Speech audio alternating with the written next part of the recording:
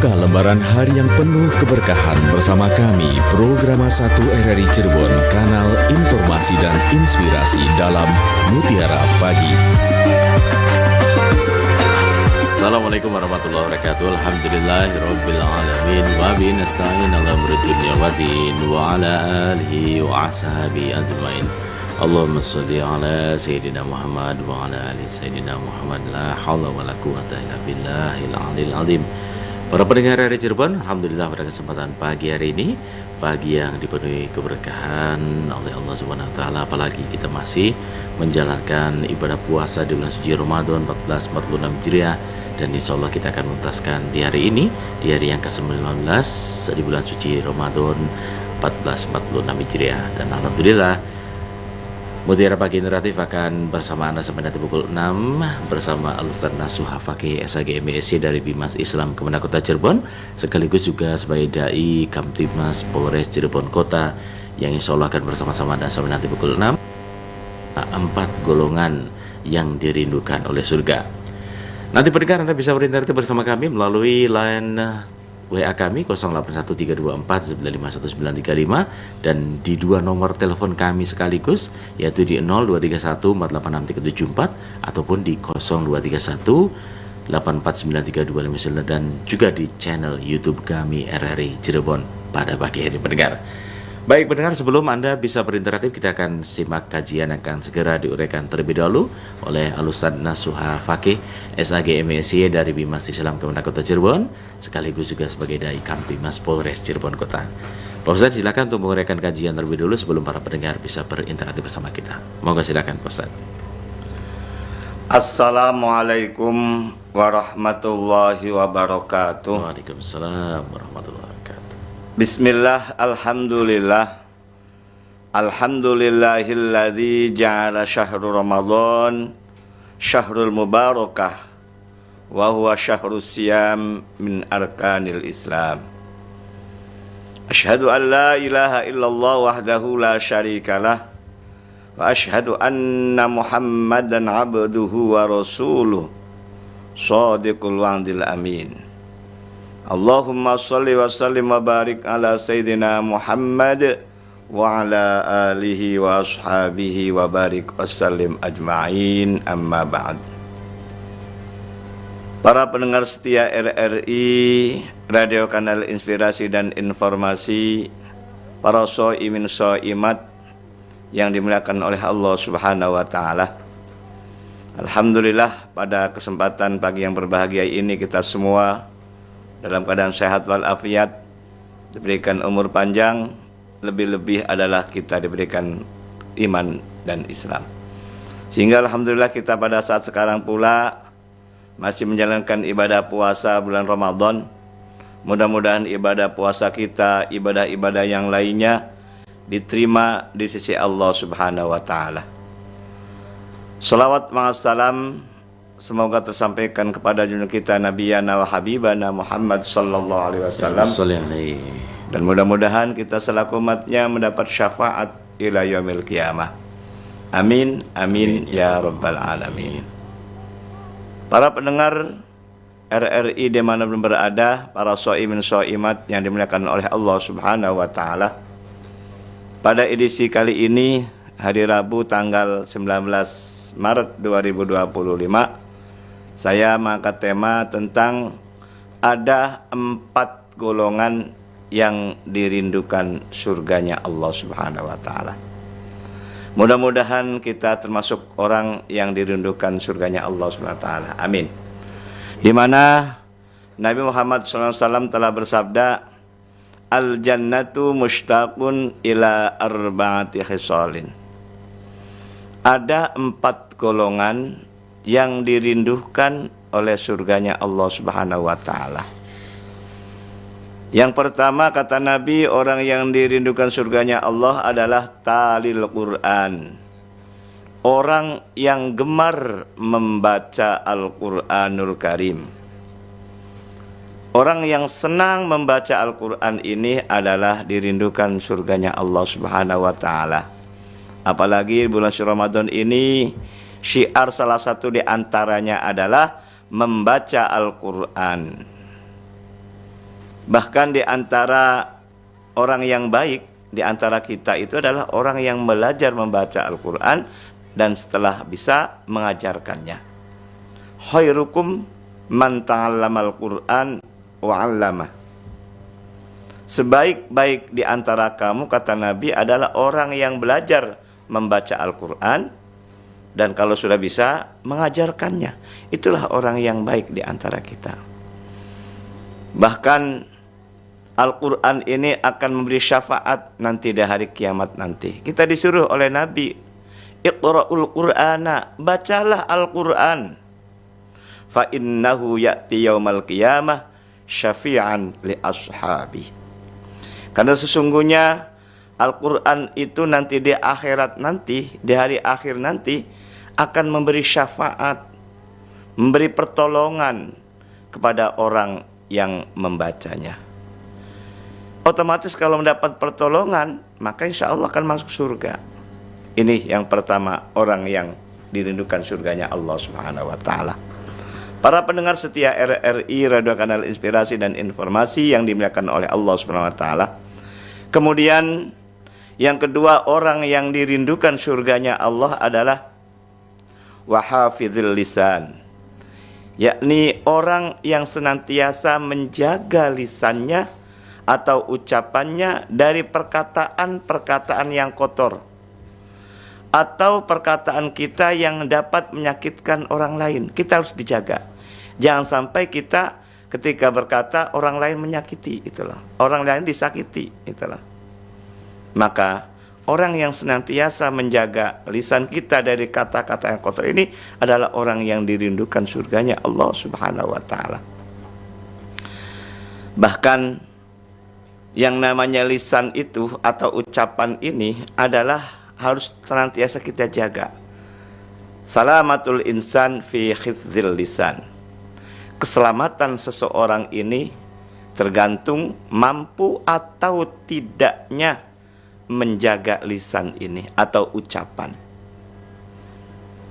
Yang namanya lisan ini adalah salah satu anggota tubuh yang sangat krusial. Artinya kita harus wajib menjaganya. Sampai-sampai dalam peribahasa mengatakan mulutmu adalah harimaumu. Itu betapa sangat bahayanya kalau kita hanya sekedar tidak bisa menjaga ucapan ini. Bahkan pada minggu kemarin kita sampaikan pula akibat dari pahala kita hilang ataupun hangus gara-gara ucapan kita. Ada 5 kan yang kemarin itu adalah pertama, tidak boleh bohong. Kalau bohong kita berpuasa akan hilang pahalanya. Yang kedua, senantiasa membicarakan kesalahan orang lain atau gosip, itu juga bisa menghapus pahala puasa. Gosip kan dari mulut itulah. Yang ketiga, namimah atau mengadu domba, itu termasuk juga bisa menyebabkan pahala puasa hilang. Semua akibat dari ucapan kita, dari mulut kita. Maka jagalah mulut kita dari perkataan-perkataan yang tidak baik. Bahkan dalam hadis Nabi mengatakan barang siapa yang beriman kepada Allah dan beriman kepada hari akhir, katakanlah yang baik. Man kana yu'minu billahi wal yaumil akhir falyaqul khairan aw liyasmut. Barang siapa yang beriman kepada Allah dan beriman kepada hari akhir, katakanlah yang baik. Kalaupun tidak bisa berkata ataupun ucapan yang baik sekiranya akan menyakiti perasaan orang lain, lebih baik diam. Diamnya adalah emas. Inilah kita wajib menjaga lisan ucapan kita. Kalau kita mampu menjaga lisan ucapan kita, insya Allah dirindukan surganya Allah Subhanahu wa Ta'ala. Bahkan ada 2 malaikat yang senantiasa mengawasi kita ucapannya, mengawasi ucapan kita. Dalam surat At-Taghabun itu mengatakan, ma yalfizu min qaulin illa ladaihi raqibun atidun. Tidak ada kalimat yang diucapkan melainkan ada di dekatnya malaikat yang mengawasinya.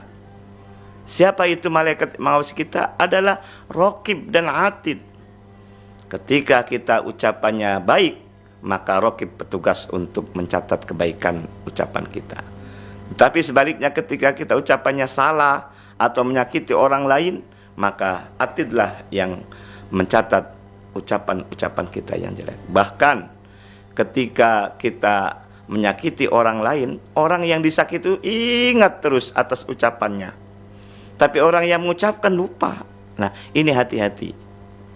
Maka kita mampu menjaga lisan dari kata-kata kotor adalah hal yang dirindukan surganya Allah Subhanahu wa taala. Kemudian yang ketiga kata Nabi, orang yang mendapat rindunya atau dirindukan surganya Allah itu adalah wa mut'imul ji'an, yakni senantiasa memberi makan kepada orang-orang yang lapar. Salah satu ibadah yang muncul kepekaan sosial adalah ibadah puasa. Betapa lapar dan dahaganya bagi saudara-saudara kita yang dalam ekonominya sangat lemah, yakni kaum fakir dan kaum miskin.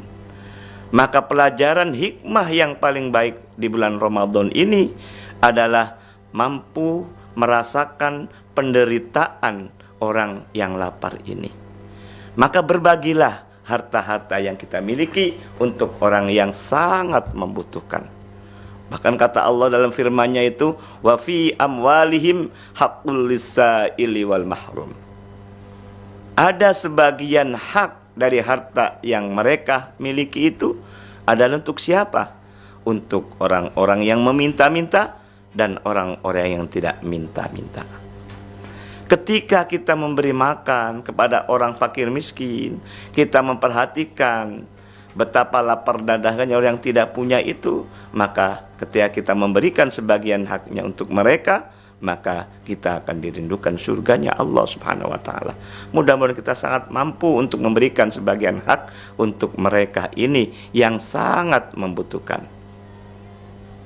Bahkan ketika kita memberi makan atau memberikan berbuka puasa kepada orang yang berpuasa, itu akan mendapatkan dua pahala. Pahala untuk diri kita yang berpuasa dan pahala bagi orang yang memberi buka puasa itu. Man fattara sha'iman kana lahu mislu ajri ghairu. Barang siapa yang beri makan untuk berbuka puasa orang yang berpuasa akan mendapatkan pahala yang pahalanya sama seperti orang yang berpuasa tadi. Annahu la yanqusu min ajri shaimi syai'an. Dan tidak akan berkurang pahala yang dia puasa, yang melaksanakan puasa tadi itu. Mudah-mudahan kita bisa berbagi rizki yang kita miliki untuk orang yang lebih membutuhkannya, yakni kaum fakir dan kaum miskin atau orang pinggiran. Para pendengar setia RRI Cirebon Kanal Inspirasi yang dimuliakan oleh Allah SWT. Dan yang keempat, orang yang dapat rinduhan atau dirindukan surganya Allah adalah wasaimis Ramadan, yakni orang yang berpuasa di bulan suci Ramadan. Kita wajib bersyukur pada Allah SWT. Alhamdulillah di tahun ini kita bertemu lagi, berjumpa lagi dengan bulan suci Ramadan, di mana bulan Ramadan ini bulan yang penuh barokah, bulan yang penuh ampunan, bulan yang kasih sayang, bahkan pahala-pahalanya dilipat gandakan. Bahkan ketika kita berpuasa di bulan Ramadan, saat tidur saja itu dinilai dinilai ibadah. Maka mari kita bersama-sama memperbanyak ibadah kepada Allah Subhanahu wa taala. Dan ibadah puasa Ramadan kata Nabi dalam hadis qudsinya itu mengatakan kullu amal ibni adam lahu illa shaim illa shaum. Setiap amal ibadah anak Adam seperti kita manusia untuknya, kecuali pahala puasa. Kalau puasa untukku, kata Allah dalam hadis qudsinya itu, fa innahu li wa ana ajzi bih. Ibadah puasa ini untukku, kata Allah, dan aku akan membalasnya. Kenapa Allah sampai memberikan keterangan bahwa puasa itu untukku pahalanya, dan nanti aku yang akan membalasnya? Ternyata ibadah puasa ini yang tahu melaksanakannya itu kita sendiri dan Allah SWT yang tahu. Beda dengan ibadah-ibadah yang lain seperti sholat. orang lain tahu nggak? Tahu kan? Kemudian kita menunaikan zakat, orang lain pun tahu. Apalagi haji. Haji itu satu kampung itu mengiringinya untuk keberangkatannya itu. Saksi-saksi selain puasa banyak, tetapi kalau puasa yang tahu hanya kita sama Allah Subhanahu wa taala. Maka wajar Allah memberikan jaminan kepada orang yang berpuasa, aku akan membalasnya langsung. Bahkan dalam hadis yang lain mengatakan, orang yang berpuasa ini diberikan tempat masuknya surga itu khusus, yakni namanya pintu Ar-Rayyan. Wa fi jannati babun, sesungguhnya di surga ini ada pintu. Yuqalu lahu Ar-Rayyan, dikatakan pintunya adalah pintu Ar-Rayyan. Yadkhulu minhu as-shaimuna yaumal qiyamah, di mana pintu Ar-Rayyan ini akan dimasukkan atau intinya akan masuk orang-orang yang berpuasa. Itu la yadkhulu minhu ahadun khairu, dan tidak bisa masuk pintu itu kecuali orang-orang yang berpuasa. Jadi sangat luar biasa ketika kita berpuasa di bulan Ramadan, Allah memberikan pintu khusus bagi orang yang berpuasa, namanya pintu Ar-Rayyan. Mudah-mudahan kita semua, bulan puasa di tahun ini adalah bulan puasa yang terbaik untuk kita. Dan jaminan-jaminan Allah dalam surganya Allah itu mudah-mudahan kita raih semua. Maka mari kita gemar membaca Al-Quran setiap hari, setiap saat. Mari kita menjaga lisan kita dari perkataan-perkataan yang kotor yang menyakitkan orang lain. Mari kita berbagi kepada orang-orang yang sangat membutuhkan, kaum fakir miskin. Kita menanti dari harta-harta kita. Dan utama lagi di bulan puasa Ramadan, kita berpuasa. Mudah-mudahan ketika kita berpuasa, Allah memberikan janji, memberikan berupa pahala, berupa hal-hal yang untuk kita semua, dan akan masukkan ke dalam surganya Allah melalui pintu Ar-Rayyan. Demikian mudah-mudahan apa yang kita sampaikan dapat dimengerti dan kita bisa jalankan. Terima kasih, silakan Mas Wian. Baik, terima kasih Al-Ustaz Nasuha Fakih SAG MESC dari Bimas Islam kepada Kota Cirebon untuk kesempatan pagi hari ini yang sudah menguraikan kajian untuk Anda bisa berinteraktif, yaitu 4 golongan yang dirindukan oleh surga. Terima kasih bagi Anda yang sudah berkirim WA di 081324 951935. Dan beberapa hari yang lalu Bu Indra sedang dalam keadaan tidak sehat nih Pak Ustadz. Oh ya Allah, semoga cepat sehat Bu Amin. Indra ya. Semoga sehat kembali dan semoga bisa bersama kami dalam Mutiara Pagi Interaktif. Terima kasih, dan kita akan menyapa pendengar yang sudah berkirim WA terlebih dahulu nih Pak Ustadz ya. Dari Aki Gazi di Padarek Majalengka. Assalamualaikum Pak Kiai. Assalamualaikum warahmatullahi wabarakatuh. Dari Aki Gazi izin bertanya, apakah keempat golongan yang dirindukan surga ini masuknya tanpa hisab Pak Kiai? Dan kedua, apakah yang dirindukan surga ini hanya sekedar membaca, menghafal dan mentadaburi seluruh isi kandungan Al-Quran? Dan ketiga, bagaimana yang hanya mendengarkan tadarus Al-Quran dari pengeras suara masjid? Mohon pencerahannya Pak Kiai, terima kasih. Baik, terima kasih Aki Gazi untuk kesempatan pagi hari ini sudah berkirim WA di 081324951935. Silakan Pak Ustadz dijawab terlebih dulu sebelum terima kasih. Ini salah satu di antara keterangan hadis Nabi Muhammad SAW. Ada 4 golongan yang dirindukan surganya Allah Subhanahu wa Ta'ala, yakni senantiasa kita gemar membaca Al-Quran dan lain sebagainya. Apakah tanpa hisab? Ya, semuanya dihisab oleh Allah Subhanahu wa Ta'ala karena ada yaumul mizan, yaumul hisab. Tapi karena kita amal-amalnya sangat banyak sekali, maka berat timbangan amal kebaikan itu, maka akan masuk surga insya Allah. Karena bagaimana juga namanya yaumul hisab itu hak atau suatu kebenaran itu. Siapapun orangnya pasti dihisab terlebih dahulu, tapi amal kebaikan melalui membaca Al-Quran, melalui menghindari dari perkataan kotor dan senantiasa berbagi kepada orang yang butuhkan, itu adalah amal yang baik sekali.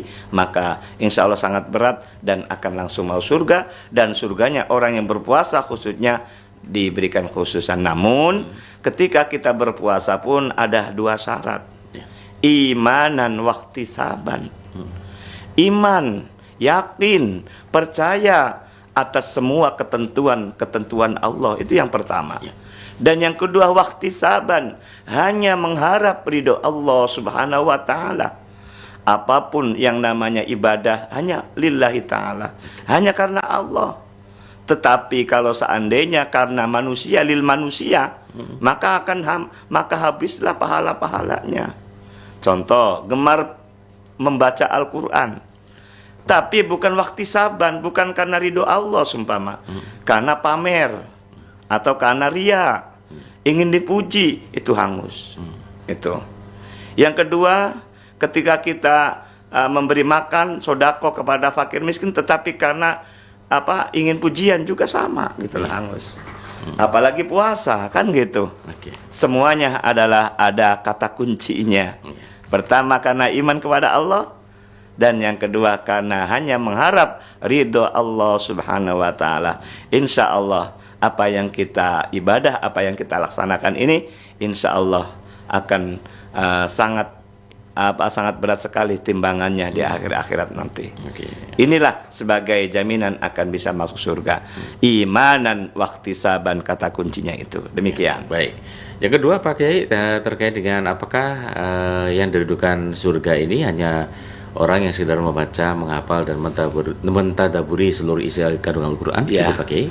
Yang jelas ketika kita kalimat iman itu kan diucapkan, dimaknai dalam hati, dibenarkan dalam hati, dan kemudian diamalkan. Jadi tripartit ini, 3 in 1 gitu loh. Tidak hanya sekedar kita membaca, tetapi kita diyakinkan, dibenarkan dalam hati, benar shadaqallahul azim ibaratnya. Maha benar Allah atas segala firman-Nya. Kalau hatinya tidak membenarkan, itu juga percuma, kan gitu.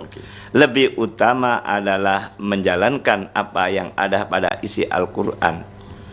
Jadi tidak sekedar membaca, tapi juga diamalkan apa yang ada dalam Al-Quran. Jangan ada istilahnya, ada unta yang membawa mahkota. Mahkota kan baik kan? Betul. Tapi unta tidak ngerti apa arti mahkota itu. Gitu ya? Nah, sama kita membaca Al-Quran tapi tidak ngerti gitu loh. Nah, supaya kita kamilan, supaya kita sempurna, maka tidak hanya sekedar membaca, tapi tahu isi Al-Quran dan tahu apa yang dikerjakan dalam Al-Quran itu, perintah Allah itu apa. Contoh kayak puasa, ada di mana itu kalimat itu, suruh Allah menyuruh kita, kan dalam Al-Quran. Itulah Allah menyuruh kita sholat, ada di mana? Ada di Al-Quran, kan gitu. Termasuk warisan juga ya. Ada di mana warisan itu, kata Allah itu dalam Al-Quran gitulah. Jadi 3 in 1 itulah. 3 hal itu harus kita jalankan. Membacanya, tahu isi kandungan Al-Quran, tadabbur istilahnya. Yang kedua, menjalankan apa yang ada dalam Al-Quran. Ya, demikian. Berarti intinya kalau kita membaca Al-Quran ini harus belajar juga artinya begitu? Iya. Ya, tapi kan bertahap. Ya, membaca dulu, belajar dulu, kemudian kita mengerti dari arti itu. Namanya belajar kan tidak waktu hidup muda saja. Ya kan, belajar itu sampai akhir hayat kan gitu loh. Tahapan-tahapan itulah yang kita lalui. Kalau kita sudah bisa membaca, ya kita latihan memaknai ataupun belajar artinya. Nah, supaya jelas artinya, jangan seperti mahkota yang tidak tahu artinya, itu loh. Padahal bagus, mahkota bagus mahkota tuh ya, tapi tidak ngerti apa maksudnya, itu loh. Nah, demikian. Nah, bagaimana nih Pak Ustadz kalau mendengarkan tadarus Al-Quran dari pengeras suara di masjid saja katanya? Oh iya. Silakan Pak Ustadz. Ya, lebih baik kita musyafahah ibaratnya, talaqi ataupun melihat langsung, gitulah. Ya, kalaupun ada kerepotan ya boleh, tapi lebih utama adalah langsung ketemu dan langsung saling menyimak dan seterusnya. Tetapi kalau repot ya nggak apa-apa. Jadi melihat kondisional sebetulnya sih. Ya, tentunya beda lah antara orang yang mendengar saja dengan yang langsung live lah ibaratnya langsung itu loh. Karena kan satu langkah dari rumah menuju ke masjid langsung ketemu kan beda. Ya, betul. Dengan orang yang enak di dalam di rumah saja mendengarkan gitu, tentu ada bedanya. Baik, Gitu loh. Ustaz. Baik. Ya boleh saja, tapi beda antara orang yang talaki ataupun musyafahah dengan orang yang membaca dengan orang yang hanya di rumah. Oke, baik. Ya. Pak Ustaz, kita menyapa pendengar yang akan bergabung di dalam telepon. Assalamualkum, mohon maaf agak lama. Waalaikumsalam Oke. warahmatullahi wabarakatuh. Saya nyari-nyari WA-nya kemana? Iya, nggak benar. Silakan Ibu Reni. Sehat. Mangga Ibu Reni, silakan. Iya. Siapa? Ibu Reni. Ustaz, Oh, Bu saya Reni. Iya. mau bertanya, Iya, iya. silakan Ibu Reni. Kalau ada orang yang membacanya masih belum fasih gitu ya, Oke. tapi baca terus. Artinya karena ingin bisa bagaimana apa itu dirindukan juga nggak sama surga Iya, gitu. iya. Terus yang kedua, ada orang yang suka ngungkit-ngungkit pemberian gitu, terus suka agak-agak ria, tujuannya sih mungkin bangga banget gitu. Oke. Nah, terutama misalnya kalau ngasih ke saudaranya, kebiasaan membicarakan saudaranya gitu. Gimana yang seperti itu tuh? Ya. Pemberiannya ikhlas tidak? Oke. Ya. Terima kasih, mohon penjelasannya. Baik. Selamat menunaikan ibadah puasa ya, Pak Ustadz. Mas Ya, Tia. sama-sama. Baik, terima kasih. Assalamualaikum. Waalaikumsalam warahmatullahi wabarakatuh. Ibu Reni di Bluebon. wabarakatuh. Sebentar kita akan menyapa kembali pendengar yang akan bergabung di line telepon. Assalamualaikum, silakan. Waalaikumsalam warahmatullahi Alhamdulillah. wabarakatuh. Sudah sehat, Bunda? Raja. Bu, Ya. udah sehat. Mendekati. Mendengar. Alhamdulillah. Bukan cepat sehat. Berangsur-angsur, Bunda. Iya, tapi sudah tidak sabar buat selalu ujak Masa. adik. Padahal kata dokter istirahat. Istirahat. Iya, benar, istirahat, benar. Bun. Ya, tapi malah Malah anu ya, agak kurang cepat sehatnya gitu ya Bunda ya. iya. Oke. Mengertilah, saya mengertilah. Yang penting Iya, sugestinya iya. kuat, Iya, sehat-sehat dan sehat. Yang penting sehat-sehat, besok Amin. makan opor gitu. Iya, betul. Silakan Ibu Indra. Terima kasih. Iya. Assalamualaikum Ustadz Nasuhar Fakih Waalaikumsalam. SAGMS. Waalaikumsalam warahmatullahi wabarakatuh. Iya. Merci. Nah, iya mengenai kita membaca Al-Quran supaya sambil juga mengerti artinya begitu. Iya. Nah, kan sekarang sudah banyak sekali ya Al-Quran dengan tafsirnya itu iya, dari terjemahan. berbagai macam. Iya, dan kita pelajari gitu. Iya. Banyak hal-hal yang dalam keterbatasan hati juga. Waduh, sayanya nih blow on gitu. Ada ini tuh apa maksudnya? Kok sepertinya tidak masuk akal gitu. Iya. Nah, terus kita bertanya pada yang lebih mengerti dan berkata, oh ini sesuatu yang kita belum mampu memikirkannya, terima dengan iman dari orang yang lebih mengetahui dari diri kita gitu ya.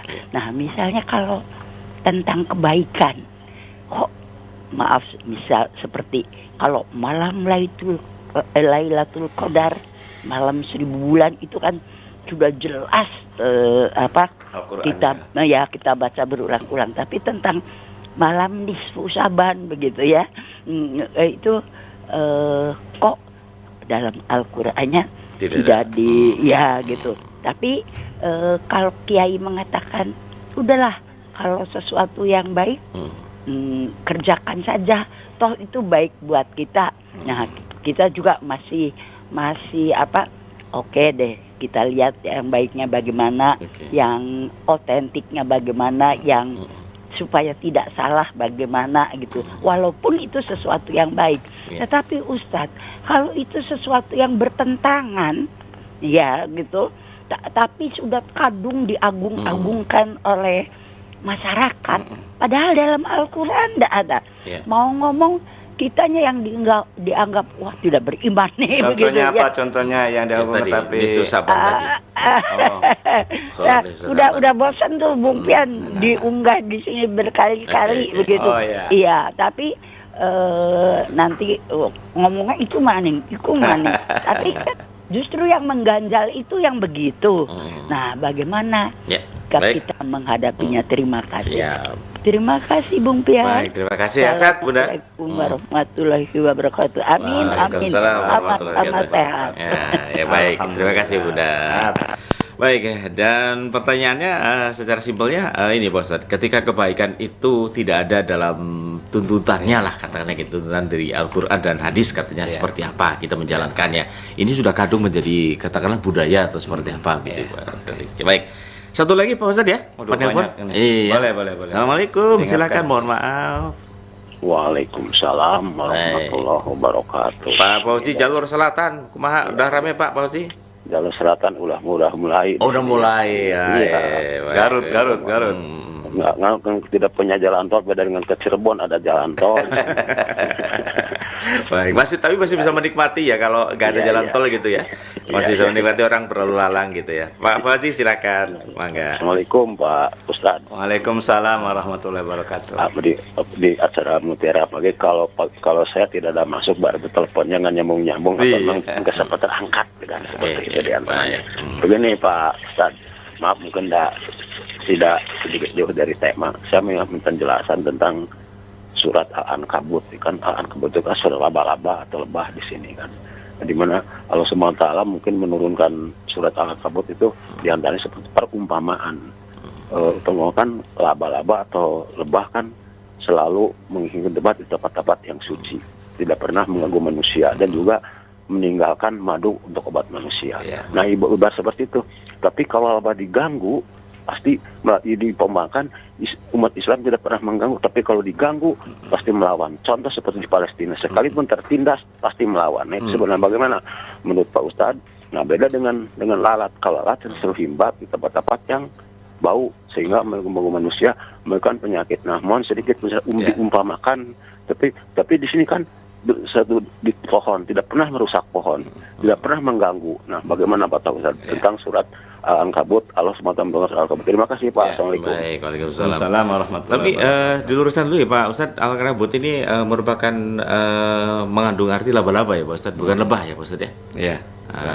Laba-laba yang merupakan analogi bagi orang kafir begitu Pak Ustadz ya. Oke. Baik, terima kasih. Kita jawab pertanyaan atau Pak Ustadz jawab pertanyaan dari Ibu Reni terlebih dulu Pak Ustadz ya. Ini terkait dengan Ibu Reni tadi ria. Wah, ria ini seperti apa begitu Pak Ustadz? Atau membaca Al-Quran tidak fasih. Ya, membaca tidak fasih pertamanya. Seperti apa begitu Pak Ustadz? Monggo Pak Ustadz, silakan. Ya, terima kasih Bunda Reni dan Bunda Indra sama Pak yang Fauzi. Punya Garut Jalur ya. Selatan. Jalur Selatan ya. Semoga sehat semua nih. Amin. Kaitannya dengan membaca Al-Quran tidak fasih, yang penting kita niatnya.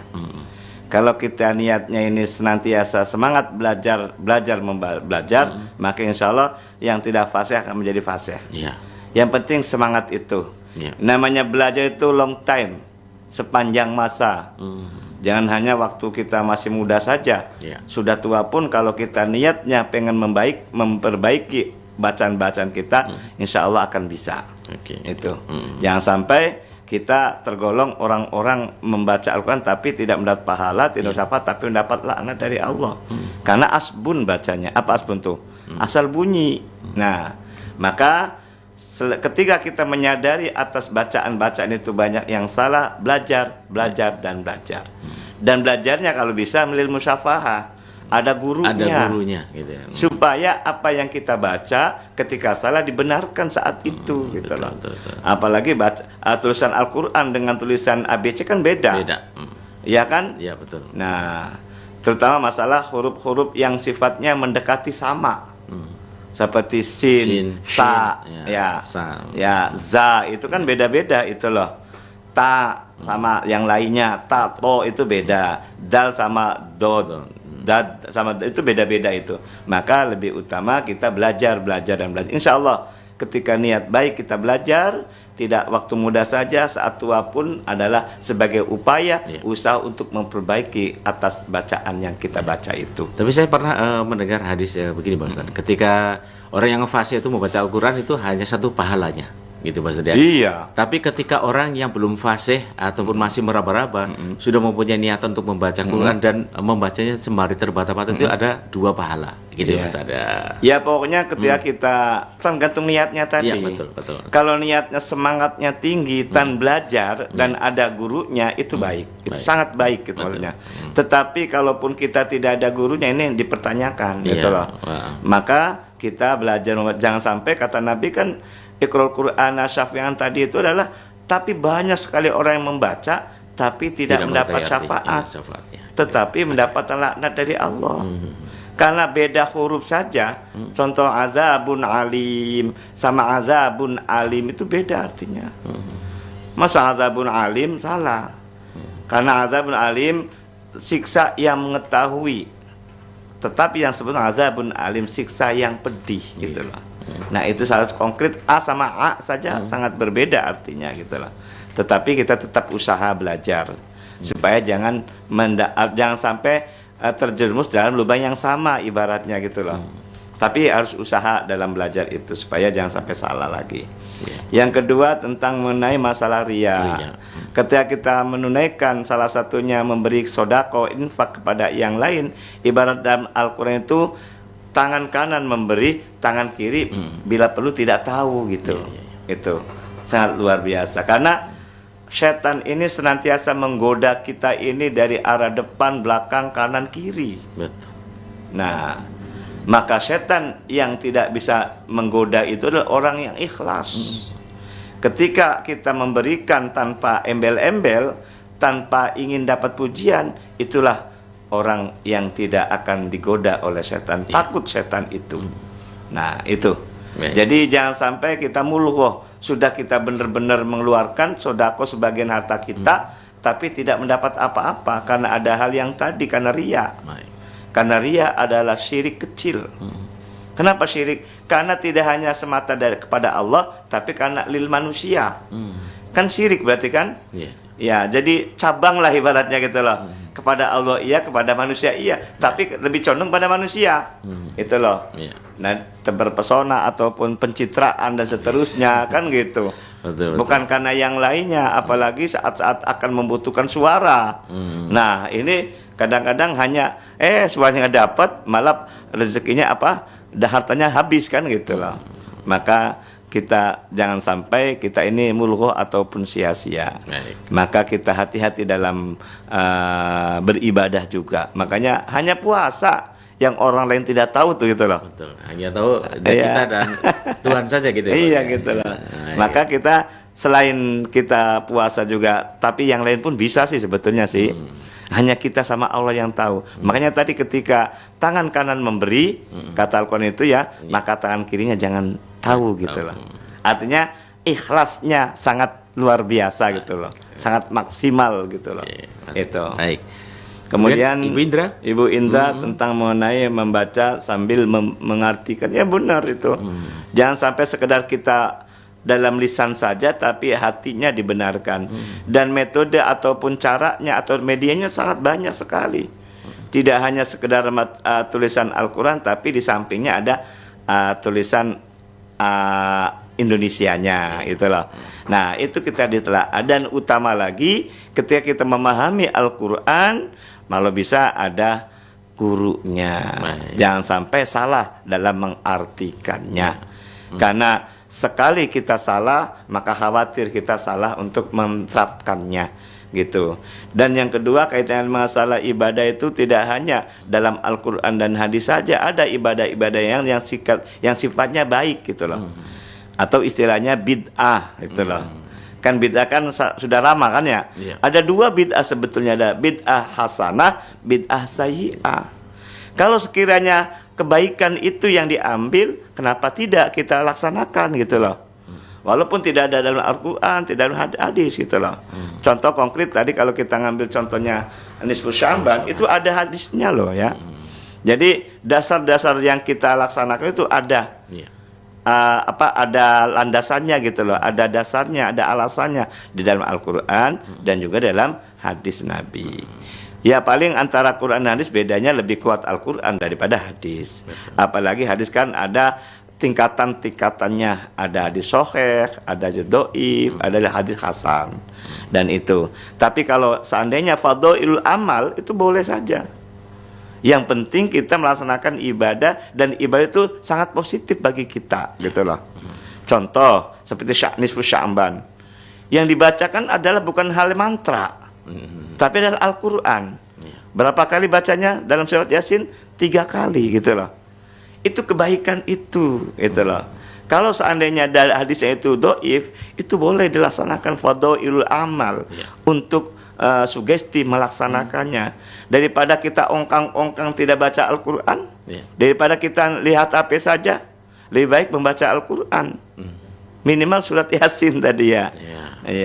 Paling goyonane irinya itu mantohanya, yang lainnya gitu, Yusufnya paling gitu bahasanya. Oh Yasin terus dibaca, kadang-kadang gitu goyonannya gitu. Nah itu, jadi fadhailul amal itu boleh, itulah.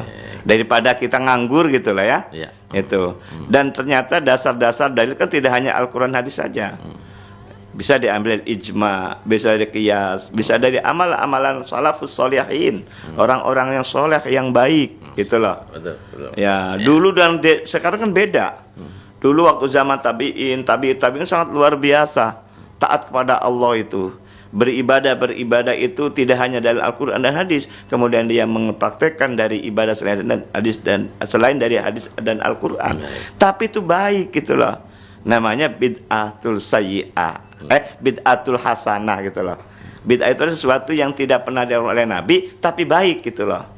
Kan sekarang kan banyak sekali, kalau tidak sudah Al-Quran hadis maka akan masuk ke neraka, katanya itu loh. Nah itu kan menyesatkan sebetulnya. Tergantung apa yang kita laksanakan. Kalau kebaikan segala masalah, gitu loh. Siap. Baik, Ustaz. Ya. Baik, intinya pokoknya kalau kebaikan laksanakan sajalah, gitu ya Ustaz ya. Iya.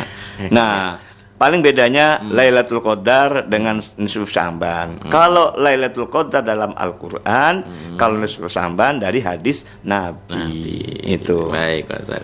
Ya. Karena Pak Fauzi tadi alangkah kabut gitu ya Pak Ustaz. Tapi mohon maaf tadi ya Pak. Perumpamaan ini kan alangkah kabut itu laba-laba gitu ya Pak Ustaz. Kita ini motivasi, sugesti ketika menjalankan ibadah apa saja ada perumpamaannya. Kalau kita melihat perumpamaan sangat banyak dalam keterangan-keterangan dari kitab pun sama. Contoh konkret dalam kitab Ihya Ulumuddin itu, puasalah kamu seperti puasanya ulat, itu loh. Kepompong. Tapi jangan berpuasa kamu seperti puasanya ular, gitu loh. Kan itu kan perumpamaan, gitu loh. Artinya apa? Kita disuruh berpuasa sama seperti puasa ulat. Sebabnya ulat sebelum menjadi kupu-kupu orang takut, jijik, bahkan menjadi racun kadang-kadang, gatal-gatal dan sebagainya. Ulat loh ya, tidak bermanfaat lah, bahkan parasit lah, gitu loh. Tapi ketika ulat itu bersemedi, tidak makan, tidak kesana kemari, puasa lah intinya. Ya puasa kan berarti kan. Betul. Berubah menjadi apa? Kepompong, gitu loh. Kepompong orang sebagian sudah senang lah, gitu loh. Daripada ulat tadi kan, gitu loh. Iya kan? Bentuknya lucu gitu. Lucu gitu. Ternyata kemudian dia tidak makan, tidak minum, sabar gitu loh. Tidak sampai gagal gitu loh. Berubah menjadi kupu-kupu. Kupu-kupu itu menjadi orang seneng nggak? Senang semua. Bahkan menjadi manfaat.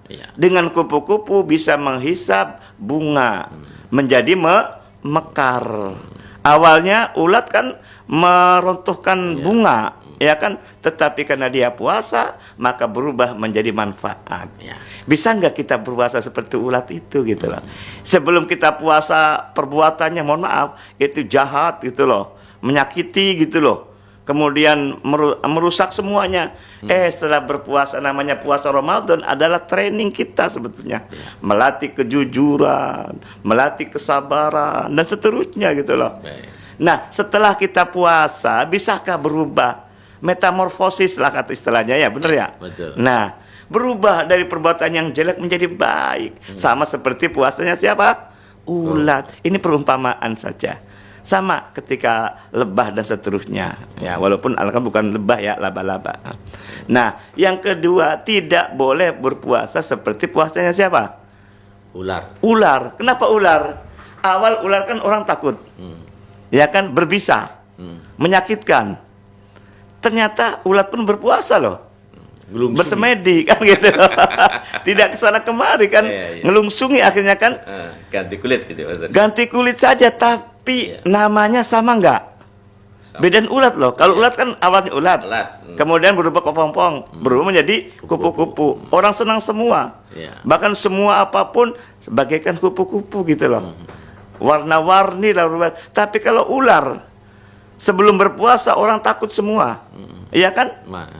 Takut semua kan? Betul. Namanya tetap masih ular kan? Masih. Nah, kemudian ketika ular berpuasa tidak kesana kemari, akhirnya ngelungsungi. Berubah nggak wujudnya? Tetap. Hanya berganti kulit saja. Yang tadinya sudah tua, sudah kerepotan, kemudian ngelungsungi, yang kerepotnya sudah hilang menjadi yang baru kan itu loh. Tapi namanya sama nggak? Sama. Nah, tingkah lakunya sama nggak? Sama. Contohnya apa? Gigit. Iya, gigit. Dan seterusnya. Ini perumpamaan ini. Supaya sugesti motivasi kita ini itulah bagaikan ulat ini, supaya kita ada karakter yang berubah gitu loh dalam berpuasa ini. Karena berpuasa dalam Ramadan ini adalah training of trainer gitu loh. Ya, untuk diri sendiri gitu loh. Mudah-mudahan kita puasa seperti puasa ulat, tapi jangan berpuasa seperti puasanya ular gitu loh. Jadi perumpamaan ini sebagai motivasi saja, termasuk dalam Al-Quran juga banyak motivasi itu. Pak Ustadz, waktu yang misalkan kita untuk kesempatan pagi gitu ya, sudah 55 menit atau 56 menit. Iya, terima kasih semua pendengar di mana berada dan Mas Fian. Mari kita bersama-sama untuk menjaga pahala puasa juga, dan mari kita bersama-sama orang yang dirindukan surganya Allah Subhanahu wa taala. Mari kita gemar membaca Al-Quran, mari kita berbagi kepada sesamanya, mari kita menjaga lisan ucapan kita yang kotor tadi, dan mari kita berpuasa dengan sebenar-benarnya puasa, tidak hanya sekedar menahan lapar dan dahaga, tapi mampu menjaga hal-hal yang bisa membatalkan pahala puasa. Demikian, mudah-mudahan apa yang kita sampaikan bermanfaat untuk kita semua. Walafu minkum, wassalamualaikum warahmatullahi wabarakatuh. Waalaikumsalam warahmatullahi wabarakatuh. Pak Ustadz, sehat-sehat selalu Pak Ustadz. Insyaallah minggu depan insyaallah kita akan berjumpa lagi dalam Mutiara Pagi Interaktif. Dan pendengar, demikian Anda sudah bersama kami dalam Mutiara Pagi Interaktif. Terima kasih atas kebersamaan Anda yang sudah masuk melalui line telepon dan juga layanan WA kami. Terima kasih, dan semoga saja ini menjadi keberkahan bagi kita, karena kita sudah bertolak ini bersama Ustadz Nasuha Fakih SHGMSI. Baik pendengar, terima kasih atas kebersamaan Anda. Kami akhiri, billahi taufiq wal hidayah. Wassalamualaikum warahmatullahi wabarakatuh. Waalaikumsalam.